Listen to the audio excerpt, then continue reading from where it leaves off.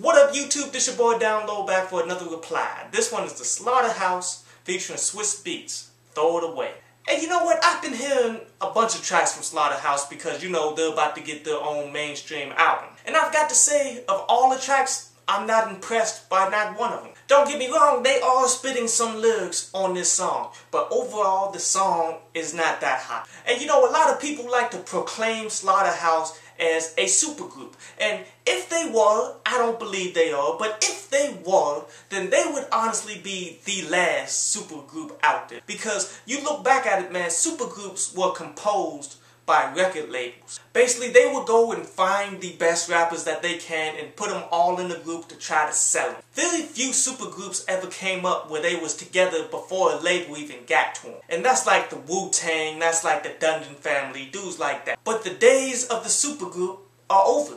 They're done, man. And I think it's mainly because of the independent hustle that's going on right now. See, a lot of these rappers that would be put in supergroups would wait their time, basically try to get priority while dealing with the group. Instead, nowadays, the best rappers are getting their own and not waiting for a goddamn thing, and that's the way it should be. So far, man, I am not interested at all about this Slaughterhouse album because they haven't dropped anything that I'm like, yo, that shit is fucking hot. Even though I like every artist that's within it, man, if they don't come together and start making some hot tracks, I'm not gonna fuck with the album. But anyway, on to today's article.